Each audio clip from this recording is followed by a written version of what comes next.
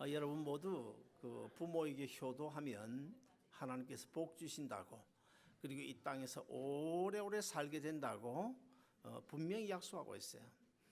성경이 기록된 이후에 지금까지 이 성경 어느 한 구절도 이루어지지 않은 것은 하나도 없습니다. 다 이루어졌습니다. 그래서 앞으로도 성경에 기록된 이 내용들은 다 이루어질 것입니다. 그러므로 우리가 부모에게 효도하면 반드시 우리가 이 땅에서 잘 되고 장수하는 그런 복을 받게 될 줄로 믿습니다. 오늘은 어버이 주일인데요. 저는 이 어버이 주일 설교를 준비하면서 여러 가지 많은 생각이 들었습니다. 사실 제가 지난 월요일 새벽에 밴쿠버에 가서 총회에 참석하고 총회가 준비한 그 로키 산맥을 제가 다녀왔어요. 좀 죄송한 마음을 가지고 다녀왔습니다. 우리 교인들 과연 몇 사람이라 로키를 다녀왔을까? 그걸 생각하니까 결코 마음이 편치는 않았습니다. 아무튼 간에 로키에 갔는데 여러분, 다음에 로키 갈 때는 5월달에 가지 마세요. 7월이나 8월달에 가야 됩니다. 지금 호수, 아주 이쁜 호수들이 많이 있는데 전부 눈이 쌓여가지고 뭐 아무 볼 것도 없어요. 그냥 가나 오나 전부 눈뿐이고, 그냥 뭐 차만 뭐 10시간 12시간 실컷 차 타다가 왔습니다. 그리고 뭐 다른 사람들은 보고 뭐 좋다 뭐 감탄사를 연발하는데 저는 뭐가 그렇게 좋은지 별로 그렇더라고요. 아무튼 어젯밤 11시에 집에 왔는데 무척 참 피로하더라고요.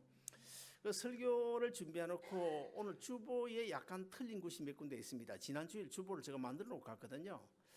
설교 원고를 가지고 갔다 오면서 뭐 비행기 탈 때도 버스 탈 때도 제가 좀 묵상하면서 좀 준비를 했는데, 참 오늘은 어버이 주일로 제일 먼저 우리 어머니가 생각이 나더라고요. 작년 1월 달에 이제는 더 이상 안 되겠다, 오늘 밤을 넘기지 못한다고 목사님 불러다 임종 예배를 드렸는데, 아니 살아나셔가지고 지금까지 1년 넘게 살아계시는, 지금 양로 뭡니까 한국 요양병원에 지금 누워 계신데, 정말 너무너무 생각이 많이 나더라고요. 참 바깥으로 표현을 못하고 제가 속으로, 제가 참 이 속으로는 따뜻한 사람인데 외모가 조금 날카로운가 봐요. 옛날에 제가 비즈니스 할 때 한국에서 젊어서 이 다방에 가지 않습니까? 다방에 가면 옛날에 그 뭐 다방 그 레이지라고 그러죠. 레이디. 그 아가씨들이 뭐 차 한잔 얻어먹기 위해서 옆자리에서 앉고 그러잖아요. 그런데 거래처 뭐 사장들이 같이 가서 다방에 가서 앉으면 저 옆에는 오지 않는 거예요. 이 아가씨들이. 참 왜 그럴까? 그래서 나중에 한번 물어봤습니다. 왜 다른 사람 옆에 앉고 내 옆에 안 오느냐고 물어봤더니 제가 형사처럼 보인대요. 형사처럼 무섭대요. 오늘 아침에도 제가 이야기를 했는데, 우리 그 지휘자 박한 목사님이 우리 후배인데, 한참 후배인데, 우리 교회 참 이 지휘자 구할 때마다 오고 싶은 생각이 있었는가 본데 선뜻 그 어플라이를 못한 것 같아요.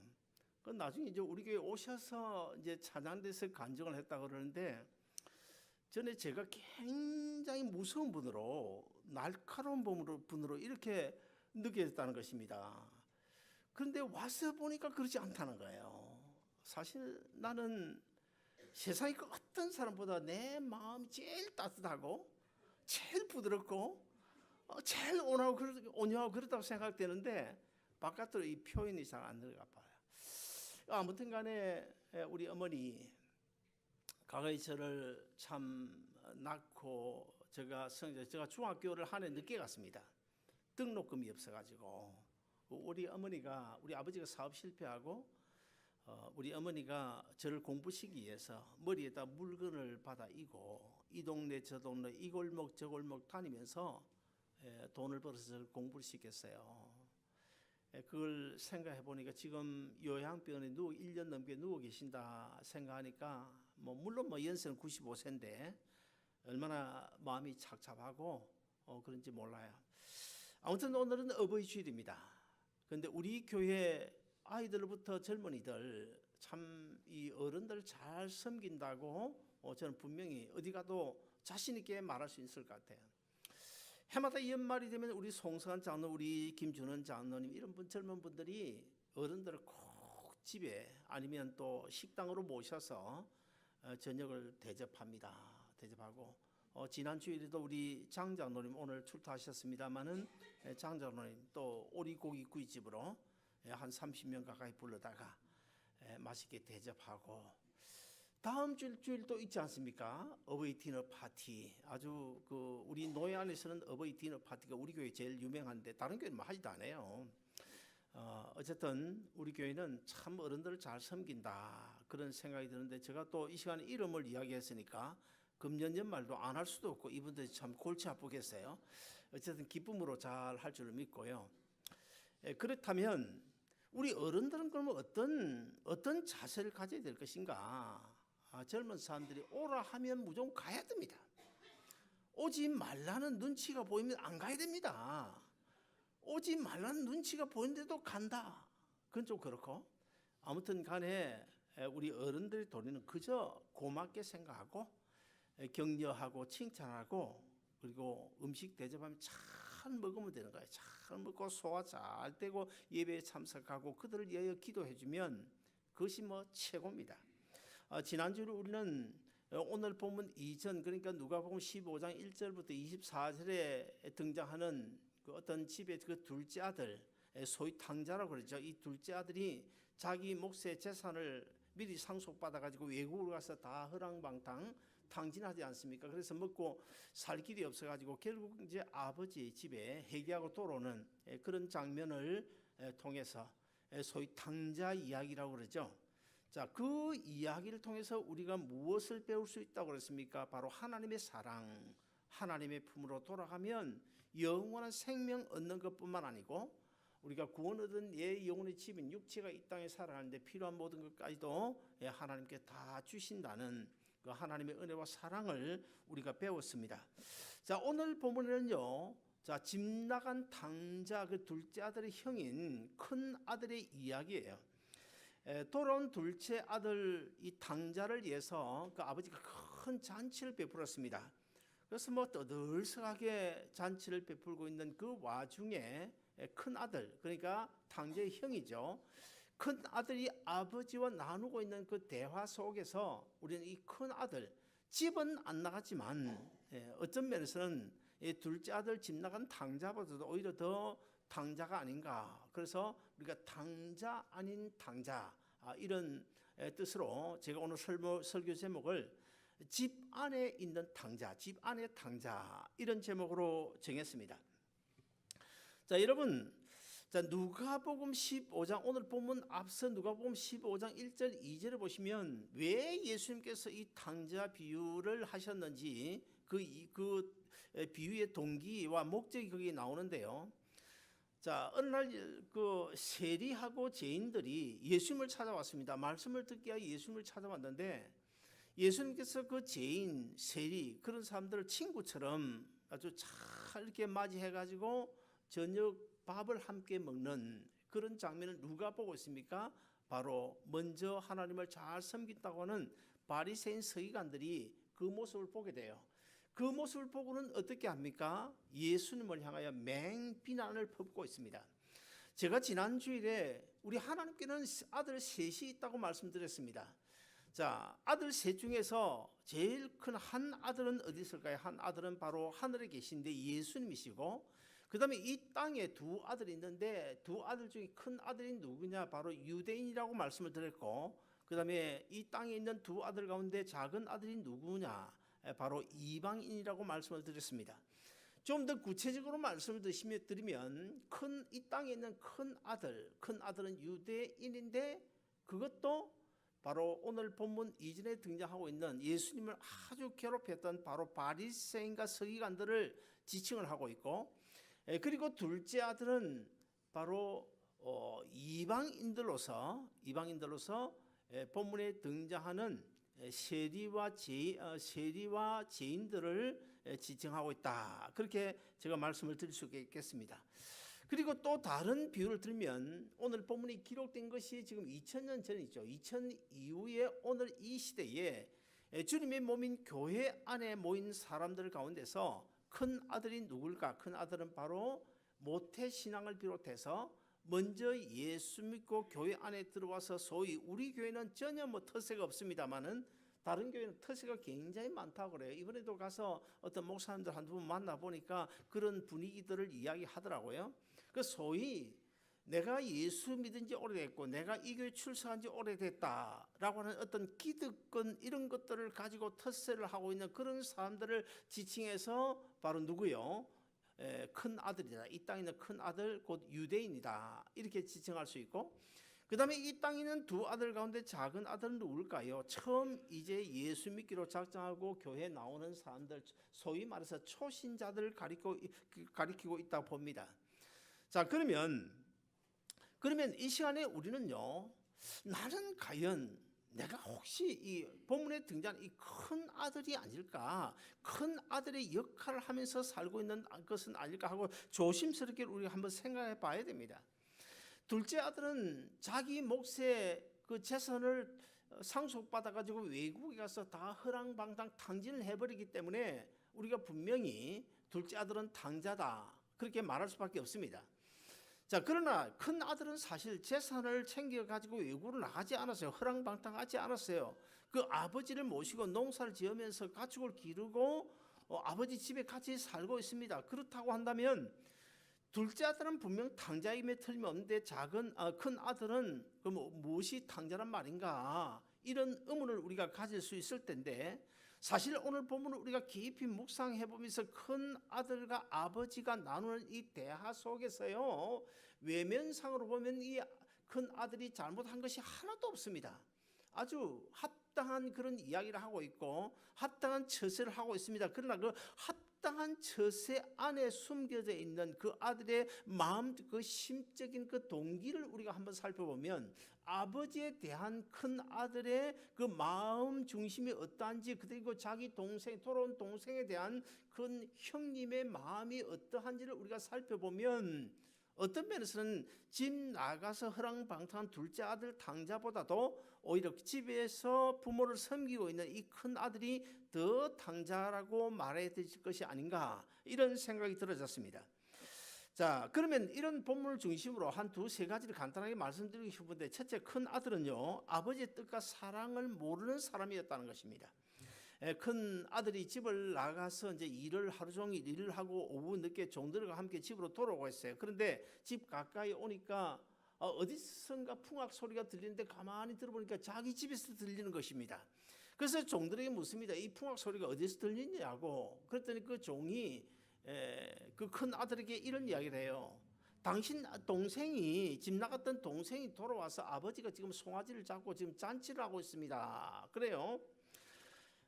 자, 그때 큰 아들이 어떤 반응을 보입니까? 큰 아들이 오늘 본문 28절에 보시면 저가 노하여 들어가기를 즐겨 아니하거늘 밖에 나가서 일하고 돌아오다가 그 풍악 소리를 듣고 그 풍악 소리의 이유가 무엇이냐, 바로 집 나간 동생이 돌아왔기 때문에 아버지가 소를 잡고 지금 잔치를 베풀고 있다, 이 소리를 듣는 즉시 큰 아들이 분을 발해가지고 어떻게 집을 나가려고 하는 거예요. 집에 들어오려고 하지 않는 거예요.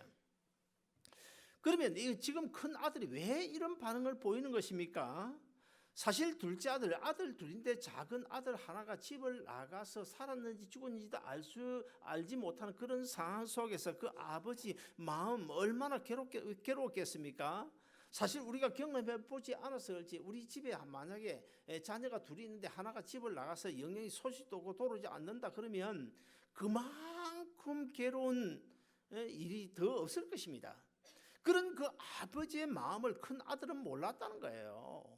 그리고 또 큰 아들은 두 번째로 내가 지금까지 받아온 그 아버지의 사랑을 이제는 둘째 아들이 돌아왔으니까 그 그 동생에게 빼앗기지는 않을까, 이런 생각을 아마 가졌던 것 같습니다.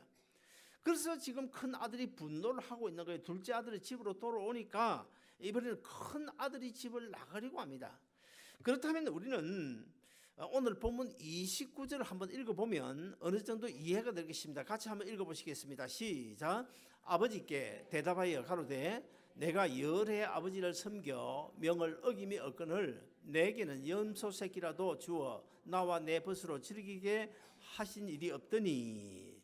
자, 우리는 이 큰 아들이 지금 아버지에게 지금 항의를 하고 있잖아요. 지금 아버지 지금 뭐 하는 짓입니까? 내가 지금 그동안 농사 짓고 아버지 하는 모든 일들을 도우면서 얼마나 힘들게 아버지 모시고 살았는데 내가 친구들 불러다가 잔치할 수 있도록 염소 새끼 한 마리라도 잡아준 적이 있습니까? 그런데 저 동생은 재산 다 그냥 팔아먹어버리고 지금 빈털털 돼가지고 지금 아버지 마음고생시고 우리 집안 이렇게 다 망하게 만들고 돌아왔는데 웬 이런 잔치를 베푼단 말입니까? 지금 그런 말을 하고 있는 거예요. 근데 중요한 사실은 이 본문 29절에 보시면 큰 아들이 아버지를 섬겨, 내가 아버지를 그동안 섬기지 않았습니까? 이 섬긴다는 단어의 뜻을 제가 찾아보니까 아주 중요한 의미가 있어요. 자, 큰 아들이 분명 집을 나가지 않고 아버지를 섬겼어요. 그동안에 같이 농사짓고 가축 돌보고 섬겼어요.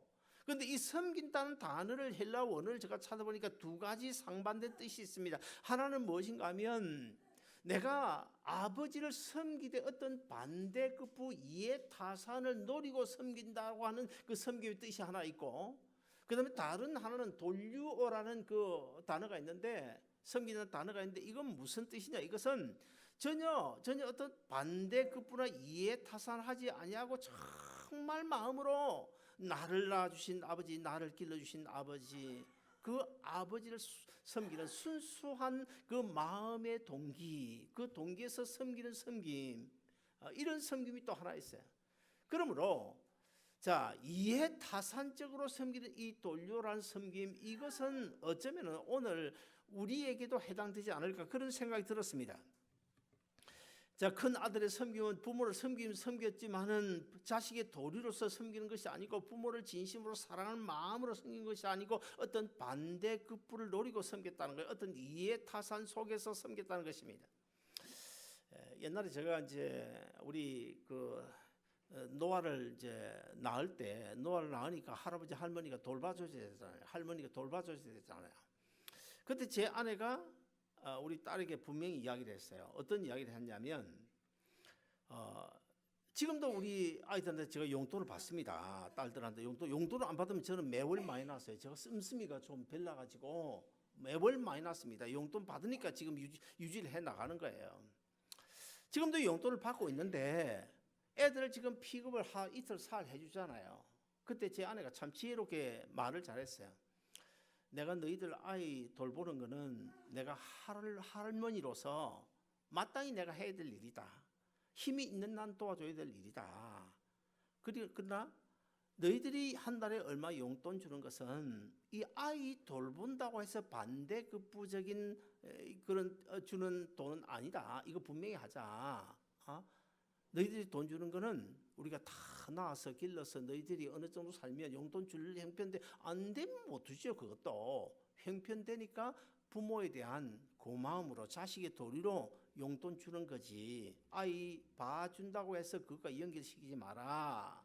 그렇게 이야기를 했는데 저는 참 잘했다고 생각합니다. 근데 어떤 부분이 잘했다고 생각하는가 하면요, 기쁜 뜻이 있어요.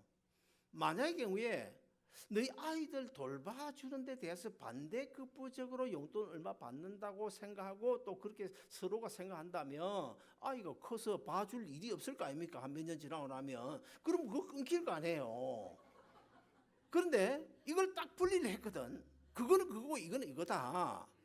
그러니까 아이들은 몇 년이든 간에 돌봐줄 수 있는 만큼 돌봐주고 부모 할아버지로서 할머니로서 돌봐주고 너희는 자식들로서 부모에 대한 그 마음, 부모를 사랑하는 마음으로 주는 거니까.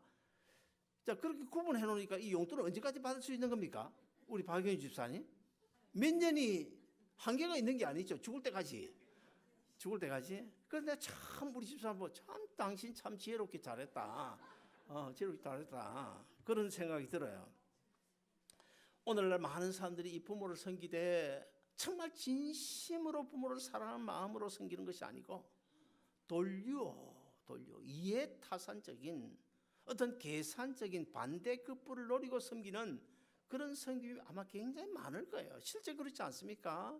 미국 더군다나 이 미국서의 이 부모 자식 간을 전부 계산하잖아요. 계산.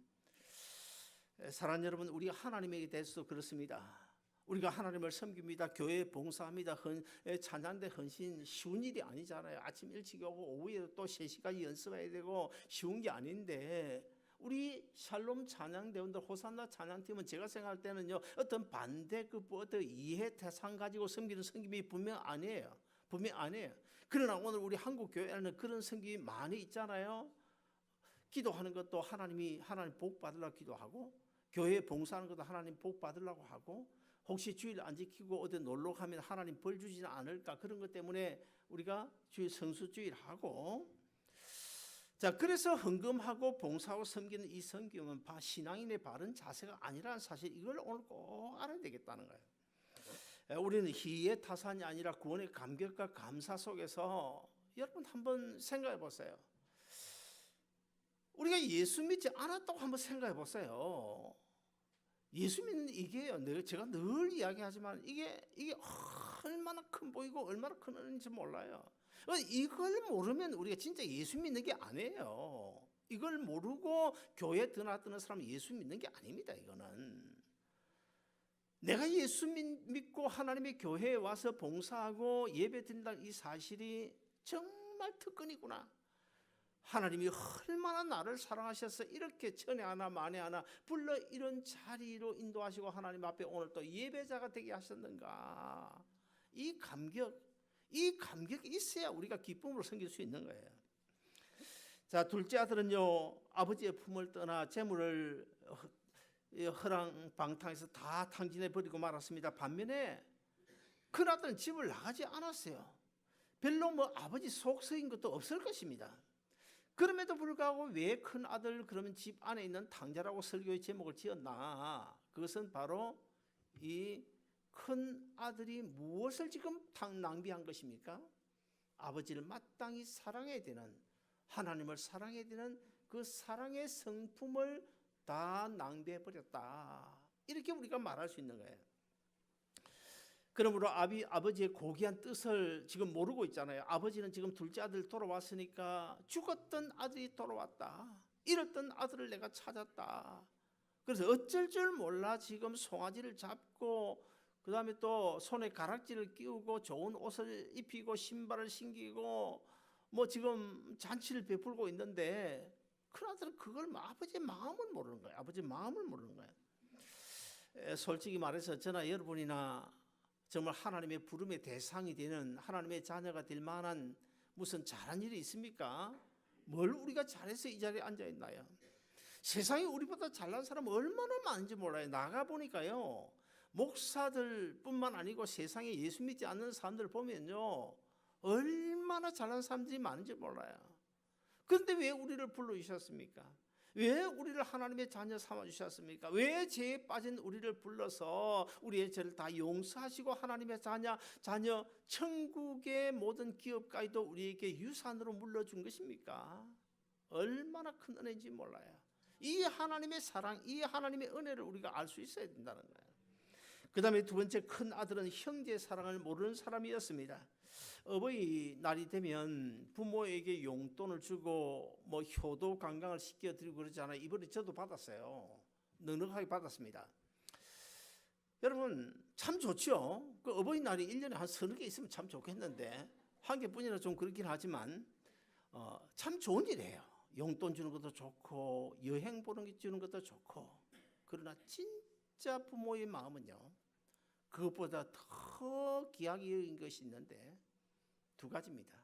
첫째는 장성해서 결혼했으면 정말 자식 낳고 부부간에 잘 살아주는 거, 싸우지 말고 잘 살아주는 거, 알겠죠? 우리 젊은 분들, 그게 부모가 제일 원하는 거예요. 그 다음에 두 번째가 뭘까요? 두 번째는요, 형제 우애입니다. 형제 우애. 좀 잘 살든지 못 살든지 형제간에 한 피 받아 태어났으니까 서로 위로하고 격려하고 형제간에 잘 지내는 거. 모처럼 명절에 이제 자녀들이 모였는데 거기서 막 의견 다른 의견이 생겨가지고 그냥 거기서 뒤퉁대퉁 그냥 싸우고 그러면 그 아버지 부모의 마음이 죽을 맛입니다. 죽을 맛. 그걸 알아야 돼. 그걸 알아야 돼. 그래서 우리도 하나님의 자녀들도 이 교회 오면요 기쁨이 넘쳐야 돼. 서로 이 만남이 얼마나 좋은지 그냥 말로 표현할 수 없을 정도로 옛날에 한국에서 제가 모시고 있던 목사님이 그 70세가 돼서 생신이 됐는데 그때 제가 이제 양초 공장을 할 때예요. 양초 공장을 해서 수출할 때인데 우리 공장에서 만드는 양초 종류가 수백 가지인데 수백 가지 다는 아니겠지만 얕은 뭐 200가지 정도 아주 다양한 양초를 전부 가져다가 어떤 그 집사님 집이 컸는데 아파트 컸는데 거기에다가 장식을 했어요. 장식을 쫙 해놓고 다 이렇게 장식을 해놓고 마지막에 그 목사님 모시고 왔어요. 그러니까 깜짝 놀래. 세상에 불을 다 켜놨는데 근데 그 자리에 늦게 오신 분이 있었어요. 부산 세간에 가장 되시는 분이 유순봉 장로님이신데 그때는 집사고 이분이 늦게 왔어요. 그 이분이 먼저 오고 다른 집사님이 한 분 늦게 왔는데 이 유순봉 집사님 먼저 와서 우리가 어쩔 수 없이 밥을 이제 시간 먹었어요. 밥을 먹고는 뒤에 왔는데 보니까 아무리 찾아도 숟가락이 없거든. 숟가락이. 그래서 이 유 집사님이 있다가 다른 집사님 지금 왔는데 숟가락이 없어. 그러니까 어떻게 이리 오세요. 옆에 앉히고는 자기가 먹던 숟가락을 입으로 싹 닦아가지고 깨끗하게 이것까지 먹으라고. 근데 그 집사님도 그걸 또 그대로 받아 먹더라고요. 이게 사랑입니다. 이게 교회예요. 이런 모습이 있을 때에 하나님 기뻐하는 거예요. 하나님 기뻐하는 거예요. 사랑하는 여러분, 오늘 본문에 등장한 이 큰아들은요 작은 동생을 사랑하지 않아요. 그런데 성경은 우리에게 뭐라고 말씀합니까? 아버지를 잘 섬겼다고 하지만 실제 아버지를 잘 섬긴 것이 아니고 동생을 사랑하지 않았어요. 요한 1서 4장 20절 우리 한번 같이 보시겠습니다. 다 같이 보도록 합니다. 시작. 누구든지 하나님을 사랑하노라 하고 그 형제를 미워하면 이는 거짓말하는 자니 보는 바 그 형제를 사랑하지 아니하는 자가 보지 못하는 바 하나님을 사랑할 수 없느니라. 저 말씀은 우리가 꼭 명심해야 됩니다. 정말 저 말씀을 지키고 살아가면 그 교회의 평강이 깨질 수가 없습니다. 눈에 보이는 형제를 사랑하지 않으면서 어떻게 하나님을 사랑한다고 말할 수 있냐? 거짓말이라는 거예요. 거짓말. 오늘날 그렇다고 한다면 저 말씀에 의지한다고 하면 한국 교회 안에 거짓말하는 교인이 수없이 많을 것입니다. 하나님을 사랑하지 않는 교인이 수없이 많을 것입니다. 사랑하는 여러분요, 오늘 본문 30절을 보시면 큰 아들은 동생을 동생이라 부르지 않아요. 뭐라 부릅니까? 아버지의 살림을 장녀와 함께 삼켜버린 이 아들, 그래요. 자기 동생을 부르지 않아요. 아버지의 살림, 아버지의 재산을 장녀와 함께 삼켜버린 이 아들, 그래요. 이 아들, 내 동생 그러지 않아요. 이 아들이라는 이 단어를 헬라 원어로 성경에 한번 찾아보니까 이것도 놀라운 뜻이 있더라고요. 무슨 말인가 하면 지금 큰아들이 지금 아버지 보고 하는 이야기입니다. 아버지 재산을 다 탕진해버린 이 아들, 동생 일 안 해요. 이 아들이 무슨 뜻이냐? 이 녀석이 아버지의 아들인지는 몰라도 내 동생은 아닙니다. 이 말이에요. 이 아들. 이 녀석이 아버지의 아들인지는 몰라도 당신의 아들인지는 몰라도 내 동생은 아니에요. 이거예요, 이거. 자, 그렇다 보면 이 큰 아들이 아버지를 사랑했다고 볼 수 있습니까? 동생은 뭐 말할 것도 없고. 큰 아들은 권리만 알았지 의무와 책임은 몰랐습니다. 아버지의 사랑도 몰랐어요. 아버지의 뜻도 무엇인지를 몰랐어요. 이런 현상은 어쩌면 오래 예수 믿고 교회에 떠나던 기성 성도들 마음속에 아주 뿌리 깊게 자리 잡고 있는지도 몰라요. 오래 믿었다는 자부심과 기득권을 내세우면서 연약한 성도들, 그런 경향이 있잖아요. 처음 누가 왔다, 초신자가 왔다, 아주 반갑게 하면서도 마음속에 뭡니까? 넌 아무것도 모르지. 나는 다 알아. 나는 다 알아. 교회가 뭔지 알고 성경이 뭔지 알고 다 알아. 사랑하는 여러분, 우리 조심해야 된다. 조심해야 돼. 사실 따지고 보면 둘째 아들이 큰 아들에게, 형에게 피해 끼친 거 있습니까? 없습니다. 오늘 본문 12절 우리 한번 같이 보면서 이야기했을까요? 본문 12절 같이 읽습니다. 시작. 그 둘째가 아비에게 말하되 아버지여 재산 중에서 내게 돌아올 분깃을 내게 주소서 하는지라. 아비가 그 살림을 각각 나눠 주었더니, 자 저기 보면 그 둘째가 아버지에게 말하되 아버지의 재산 중에 내게 돌아올 분깃 내 몫만 주세요 했지 형님 몫까지 다 주세요 그렇게 말하지 않았어요. 그리고 아버지 또한 어떻게 했습니까? 그 살림을 각각 나눠 주었더니 이미 큰 아들 아버지 집에 같이 살고 있지만 큰 아들에게도 자기 몫을 줬다는 거예요. 그렇다고 한다면 이 둘째 아들이 탕진을 했다고 하더라도 형에게 피해 끼친 거 있습니까? 피해 끼친 거 없습니다. 그리고 또 죽었던 동생이 살아왔으면 한 번쯤 물어봐야 되잖아요. 재산 다 탕진하고 돌아왔으면 어떻게 네가 어떻게 살아서 어떻게 그 많은 돈을 어떻게 허비했냐. 자초지정을 물어본 다음에 형으로서 나무라든지 해야 되지 자초지정 물어보지 않아요. 전혀 물어본 흔적이 없어요. 그럼에도 불구하고 마치 동생이 아버지의 전 재산, 아버지의 살림 그러잖아요. 아버지의 전 재산, 자기 몫까지도 다 받아가지고 탕진해버린 정말 나쁜 놈인 걸로 그렇게 지금 오도를 하고 있잖아요. 사랑하는 여러분, 우리가 이 땅에 살아가면서 가장 큰 문제가 뭡니까? 우리가 신앙생활하면서 가장 큰 문제가 뭡니까? 교회 안에서 큰 문제가 뭡니까? 거의 대부분 근거 없는 낭설, 근거 없는 낭설, 그것을 진짜처럼 이렇게 말하는 거. 사실 저도 목회를 해보면 간혹 그런 경우가 있어요. 진짜 어떤 때는 막 속이 타 대질신문 하고 싶어요. 정말 어떤 때는 딱 1대1 불러가 대질신문 하고 싶은 때가 많아요. 그러나 목사는 그건 못합니다. 못합니다. 속이 문드러져, 간이 썩어 문드러져도 그건 못해요. 너무나 황당한 이야기가 돌아오면 정말 대질신문 하고 싶지만 그런 걸 못해요. 목사만 못해야 됩니까? 우리 다 같이 못해야 됩니다.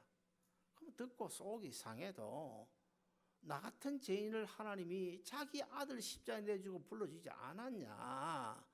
그럼 그것만 하면 되지. 그것만 하면 되지. 안 그래요? 안 그래요? 이번에도 내가 이 이야기를 해야 될지 안 할지 모르겠는데 정말 우리 노예 안에 있는 다른 어떤 우리 주위에 있는 목사님한테, 젊은 목사님한테 제가 얼마나 실망했는지 몰라요. 너무나 잘하는 이런 조그마한 노예 안에서 우리 어떤 전도사님에게 전도사님을 전화를 해가지고 우리 교회 오라고 대우 잘해 주겠다고. 그 다음에 또 한 번 자기 교회로 불러다가 심지어는 40분 동안 설득을 했다는 거야. 있을 수 있는 일이라고 생각합니까, 여러분? 제가 총회 가기 전에 너무너무 속이 상했어요. 그러면 차라리 저를 보고 이야기하지. 목사님, 아무개 그 전도사 우리 교회 꼭 필요한데 보내주시면 안 될까요? 그랬으면 차라리 좋지. 내가 얼마나 자기를 많이 도와주고 했는데 이번 총회 사실 그것 때문에도 마음이 너무 많이 상했다 왔어요. 그런데 마지막 날 토요일 어제 비행기를 타고 오는데 깨끗하게. 그래서 제 아내하고도 이야기했어요. 이 만나가지고 앞으로도 이런 일을 못하게 좀 만나가 이야기를 따끔하게 해야 되겠다. 이런 생각을 했다가도 아니다. 하나님은 우리에게 따졌냐? 예수님은 우리에게 나에게 따졌냐? 아니지 않냐? 응? 나 같은 죄인도 불러서 하나님이 용서해 주시고 오늘 이 자리에 서게 해주셨는데 그게 뭔데? 넘어가기로. 그러나 마음이 얼마나 편하고. 그런데 그 사람은 앞으로 두고 아마 괴로울 거예요. 나 만나면 괴로울 거예요. 그리고 마지막 세 번째 오늘 본문에 보시면 이 큰 아들이 뭘 몰랐습니까? 인생의 참된 의미를 몰랐습니다. 아버지의 품을 떠나는 것이 얼마나 외롭고 답답하고 고통스러운 것인지를 몰라. 그 동생의 심정을 몰랐다는 거예요. 그리고 결국 굶어 죽을 수밖에 없는 그런 상황 속에서 이제는 살 길이 아버지밖에 없구나, 아버지 품밖에 없구나, 정말 얼굴에 철판을 깔고 돌아와야 될 그런 상황 속에 정말 힘없이 걸어오고 있는 그 동생의 심정, 그것도 몰랐다는 거예요. 회개하고 하나님 앞에 돌아온 이것이 얼마나 귀한 것인지 몰랐다는 거예요. 아버지의 품 안에서 호의호식하며 사는 이것이 얼마나 큰 행복인지도 몰랐다는 거예요. 큰 아들은 인생의 의미를 몰랐습니다. 말씀의 결론을 맺습니다. 오늘 세 가지입니다. 첫째 하나는 우리는 예수 믿으면서 하나님의 뜻을 알아야 돼. 하나님이 얼마나 나를 사랑하시는지 그 사랑의 의미를 우리가 깨달을 수 있어야 됩니다. 둘째는 형제 사랑도 얼마나 중요한 상을, 제가 이야기했잖아요. 예수 믿는 성도들이 정말 오손도손 그냥 친교실에서 웃고 떠들고 재밌게 지내는 거 보면요, 마치 부모가 명절에 자식들이 찾아와서 그렇게 하는 것처럼 우리 하나님의 마음도 그럴 것이라고 흐뭇해가 쳐다보지 않겠습니까? 그리고 셋째, 우리가 이 땅에 어쩔 수 없이 이 제약세상에 살아가는 동안에 꼭 알고 살아야 될 것은 인생의 의미라는 것입니다. 하나님이 나를 구원해 주셨다. 내가 하나님의 자녀로 살아간다. 어떻게 나를 불러 하나님의 자녀가 되게 하셨는가? 영원한 하늘나라 그 기업까지 상속해 주셨는가? 그러므로 내가 어떻게 살아야 되겠구나. 이런 참된 인생의 의미를 우리가 알 때 하나님께서 우리 한 사람 한 사람 더 사랑해 주시고 더 가까이 해주시고 필요한 모든 것 채워주시고 은혜와 축복 속에 살아가게 될 줄로 믿습니다. 기도하겠습니다. 하나님